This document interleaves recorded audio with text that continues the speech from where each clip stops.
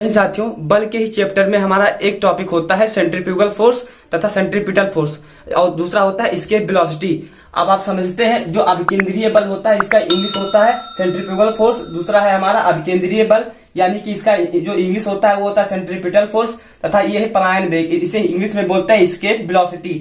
पलायन का होता है एस्केप तथा वेग का होता है वेलोसिटी। ये बल के अंतर्गत आते हैं। अब इसको समझने के लिए हम क्या करते हैं, कुछ एग्जाम्पल का सहारा लेते हैं जिससे हमें क्या होगी चीजें जल्दी में समझ में आएंगी। जो हमारा पहला एग्जाम्पल क्या है, साइकिल चलाता हुआ व्यक्ति। आपको स्क्रीन पर दिख रहा होगा, मान लीजिए कोई व्यक्ति है, क्या होता है जब वो मोड़ से निकलता है, तो क्या होता है अंदर की तरफ थोड़ा झुक जाता है। वो किसके कारण होता है, तो वो सेंट्रीफ्यूगल फोर्स के कारण होता है। लेकिन जो अब देखिए जब व्यक्ति क्या होता है झुकता है तो उसको गिर जाना चाहिए। अगर मान लीजिए हम क्या झुक रहे हैं तो हमको गिर जाना चाहिए। जब साइकिल से मुड़ते हुए आपको स्क्रीन पर दिख रहा होगा, तो वो जो गिरने से रोकता है, यानी कि जो गिरने से रोकता है वो हमारा क्या होता है अपकेंद्रीय बल। या हम कह सकते हैं कि जो अभिकेंद्रीय बल होता है वो अपकेंद्रीय बल के दोनों आपस में क्या करते हैं, एक दूसरे के विरोध करते हैं। अब जो हमारा सेकंड एग्जाम्पल है, ये है ग्रहों का परिक्रमण। ठीक है, तो ग्रहों के परिक्रमण में क्या होता है, जब ग्रह मान लीजिए हमारा ये क्या है सूर्य है, क्योंकि सूर्य का सब लोग क्या करते हैं परिक्रमा करते हैं। तो क्या होना चाहिए, अब मान लीजिए ये हमारी क्या है पृथ्वी है, तो हम जब ये हमारा सूर्य है इसके चारों तरफ ये क्या कर रहा है परिक्रमा कर रहा है। जब ये परिक्रमा कर रहा है तो क्या होना चाहिए, अब केंद्रीय बल इसे दूर नहीं जाने देता है, क्योंकि अगर ये दूर चला जाएगा और साथ में जब ये अब देखिए जब ये दूर नहीं आने देता है तो ये खींचता है अपनी तरफ अब केंद्रीय बल के द्वारा।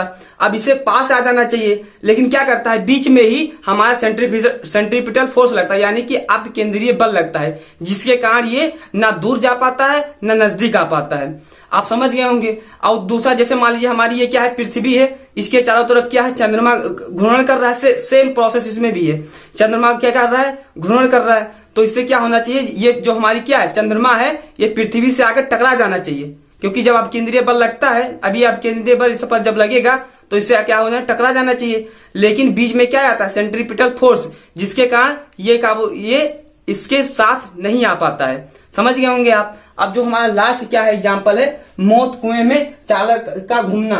अब मौत कुआं जो होता है आपको लोग को दिख रहा होगा स्क्रीन पर, जो मौत कुआं अगर आप कुछ लोग देखें तो अच्छी बात है, अगर नहीं देखें तो समझ लीजिए। मौत कुएं में क्या होता है, एक गड्ढा होता है और गड्ढे के चारों तरफ एक बाइक सवार उससे घूर्णन करता है, रोटेशन करता है। उसी जो किनारे उस पर क्या होती है मिट्टी लगी होती है या पटरा होता है, तो उसी पर ऐसे इसी तरह से इसे घूमता है, ऐसे घूमता है।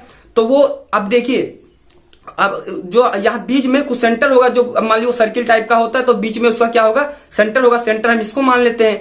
तब जब सेंटर से वो क्या करता है घूमता है, उसके बाद में अब देखो उस पर अपकेंद्रीय बल लगता है। ये मान लीजिए घूम रहा है तो उस पर क्या लगता है अपकेंद्रीय बल लगता है, यानी कि सेंट्रीफ्यूगल फोर्स लगता है।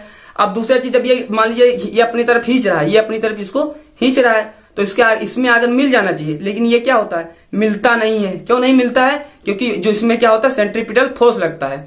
हमें लग रहा है आपको सेंट्रीफ्यूगल फोर्स यानी कि अभिकेंद्रीय बल तथा अपकेंद्रीय बल दोनों आप समझ गए होंगे कि हमारे क्या होता है। अब चलिए हमारा जो लास्ट है वो लास्ट क्या है पलायन वेग। पलायन वेग को हम फार्मूले के साथ समझने की कोशिश करते हैं। पलायन वेग क्या होता है, मान लीजिए आप कोई रॉकेट लॉन्च कर रहे हो, क्या कर रहे हो रॉकेट जो है आप लॉन्च कर रहे हो। साइड में आप लोग को फिगर क्या होगा दिख रहा होगा। मान लीजिए आप कोई रॉकेट लॉन्च कर रहे हो, तो रॉकेट क्या होता है एक समय ऐसा आता है कि वो चला जाता है। वो हमारा क्या होता है पृथ्वी की जो कक्ष होता है उसको पार करके वो चला जाता है। तो हम किस वेग से किसी को फेंक दें, हम मान लीजिए हमारा क्या है मार्कर है, इसको हम किस वेग से फेंक दें कि ये पलायन कर जाए, यानी कि स्केप कर जाए।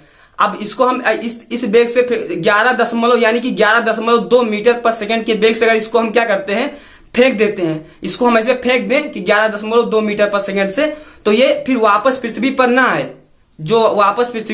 ना आए, उस वेग को क्या कहते हैं पलायन वेग कहते हैं। और पलायन वेग का मान कितना हो 11.2 किलोमीटर पर सेकंड। आप लोग समझ सकते हैं कि कितनी स्पीड होनी चाहिए।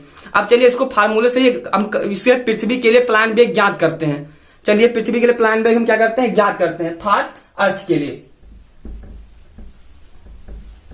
आप लोग बता दीजिए जो हम बताए थे कल जी का मान, जो हम पिछली वीडियो जो हम अपलोड किए थे इसी यूट्यूब पर, उसको जाकर आप लोग देख लीजिए। अब जी का मान क्या होता है बताइए आप लोग, जी का मान क्या होता है। कल बताया था हमने 67 गुणे 10 के पावर -11 क्या होता है न्यूटन मीटर स्क्वायर पर किलोग्राम स्क्वायर। दूसरा क्या चाहिए हमको, अब जो पृथ्वी है पृथ्वी के लिए याद कर रहे हैं तो पृथ्वी का कोई अपना क्या होगा मास होगा। मास क्या होता है पृथ्वी का 5.9 गुणे 10 के पावर 24 क्या होगा केजी में, किलोग्राम में होगा।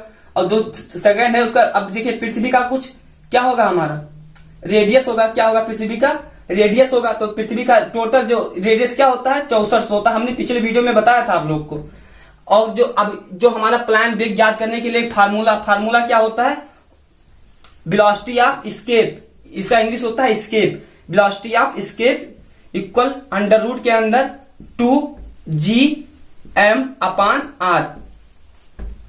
इन तीनों वैल्यू को जब आप यहां पर रखोगे और 2 से मल्टीप्लाई करके उसका वर्ग करोगे, जब इस रखोगे और उसका मल्टीप्लाई करके वर्ग रखोगे तो ये आ जाएगा हमारा 11.2 किलोमीटर पर सेकेंड। ये हमारा क्या होगा इसके वेलोसिटी।